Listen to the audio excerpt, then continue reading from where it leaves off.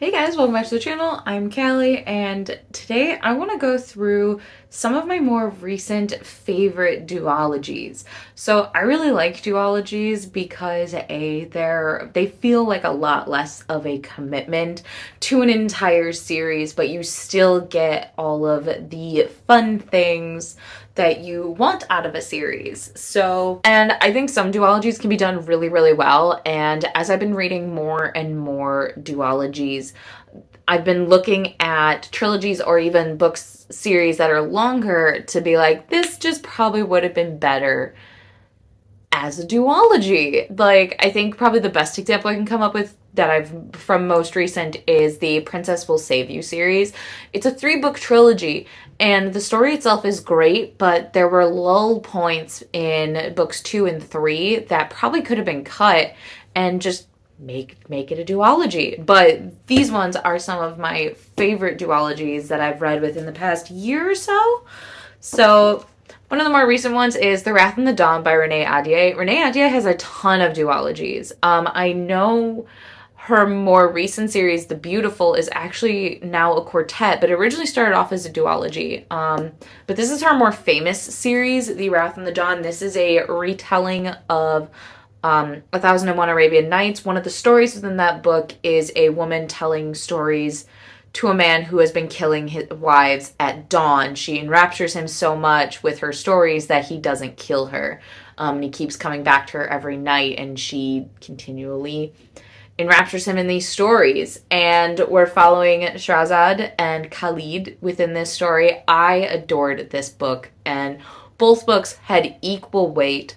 There was enough tension, there was enough plot, there was a lot of angst. Both the climaxes were phenomenally done, and I really enjoyed the relationship dynamics within the story.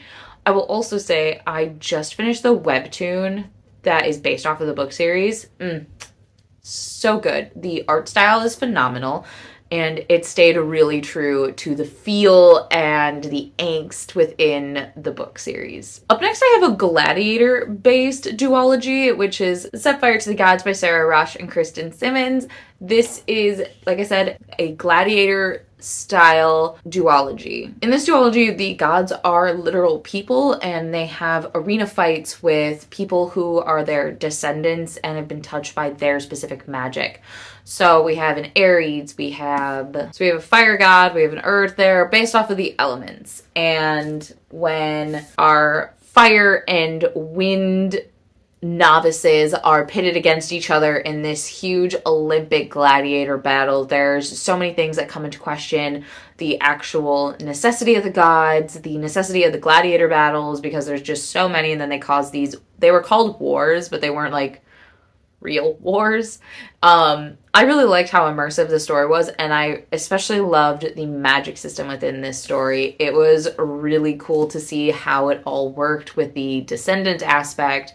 And then there are also people who were just born with magic. And I loved Ash and Maddox so much. They were such a fun character. They had such great character development and really good character dynamics. They started off as enemies, and then to friends, and then to lovers, and it all wove seamlessly within the story.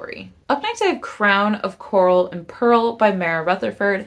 This is a seafaring type of story. We have this island village, not even island village, they literally live like on the water with like wooden bridges and little huts set on the water, and their entire export is these bright red pink pearls that have magical healing properties. And every generation, the prettiest girl is chosen to become the queen of the mainland, which is who they're kind of owned by and who they export all these pearls to. And we have these twin sisters. One is the prettier twin who wants to run away with their childhood friend, and then her sister is noble enough to take her place as becoming queen. So she's finally leaving the water and going onto land, and she gets to see that cold, cruel nature and where all the pearls are going, and she tries to make things better for her people. This was such a fascinating story. I thought it was going to be more mermaid oriented, but it wasn't. But it was still had that dark it had the like atmosphere of like a dark, misty shoreline with like the really creepy lighthouse. It had that kind of vibe to it. And I really liked this entire series. It was really well done for a duology. I was constantly engrossed into the story, and I loved Noor's understanding and she used her naivety to her advantage, which was really cool and really well done, because sometimes that can get really old and really annoying with a character, but I don't think that that was the case with this one. Plus it was ocean oriented, and I am a big sucker for ocean oriented stories. Moving into more of the sci-fi genre, I have Once and Future by Amy Rose Capetta and Cori McCarthy. This is a gender bent, futuristic King Arthur retelling. It's everything and more. It's also very gay, and I just really loved everything about this. There was so much going on, and how everything tied to the original Arthur stories. Within this, Arthur is constantly being reincarnated, and his Merlin, who is the OG Merlin, has to try and keep finding the reincarnated Arthurs. And when he finds this incarnation, it is the first female, and he has to try and train her to defeat the big bad, and she wants nothing to do with it. She's like this space pirate, and it's great. He and Merlin just ends up getting dragged. The Merlin within this had very much the exact same vibes from the show Merlin, which I adored. The Gwen was also very similar, but like you see all these characters, and what I love about it, you see the original story of Arthur play out with the Lancelot and Gwen and all of his Kings of the Round Table, and you see all those other incarnations surrounding the Arthur. And Merlin constantly tries to stop the stories from happening, which never goes well for him, unfortunately.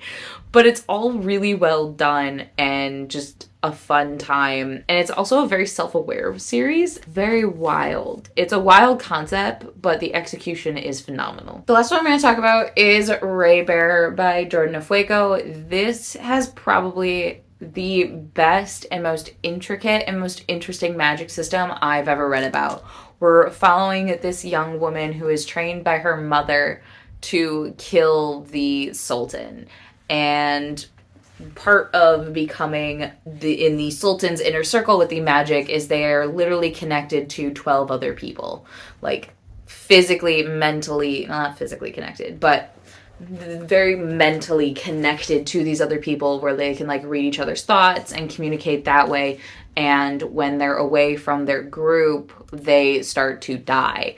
And it was really cool. I think the internal turmoil was the shining star within this series, because when she end up sworn to the Sultan, she ends up realizing that her mother was wrong and she shouldn't be wanting to kill this Sultan. Like she shouldn't be this tool for revenge, but she still loves her mother and wants to make her proud. And there's this whole inner turmoil. And then she's also making friends for the first time. She was very Rapunzel-esque, where she was stuck in a tower just constantly being abused and tormented by her mother so that she would be ingrained with these evil values. And I just adored how both these books handled mental illness as well as friendships, magic systems, even love, romantic and platonic. It handled all those core concepts seamlessly into the story and written in a very beautiful fashion. I love duologies. Duologies are really fun. They're quick to read typically, and they still encompass an entire story. So it's less commitment than an entire series, but a little bit more than a standalone.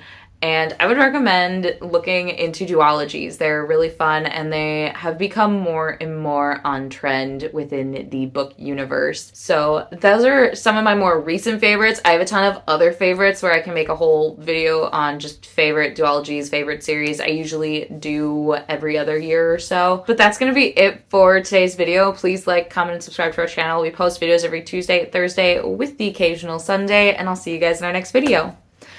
Bye!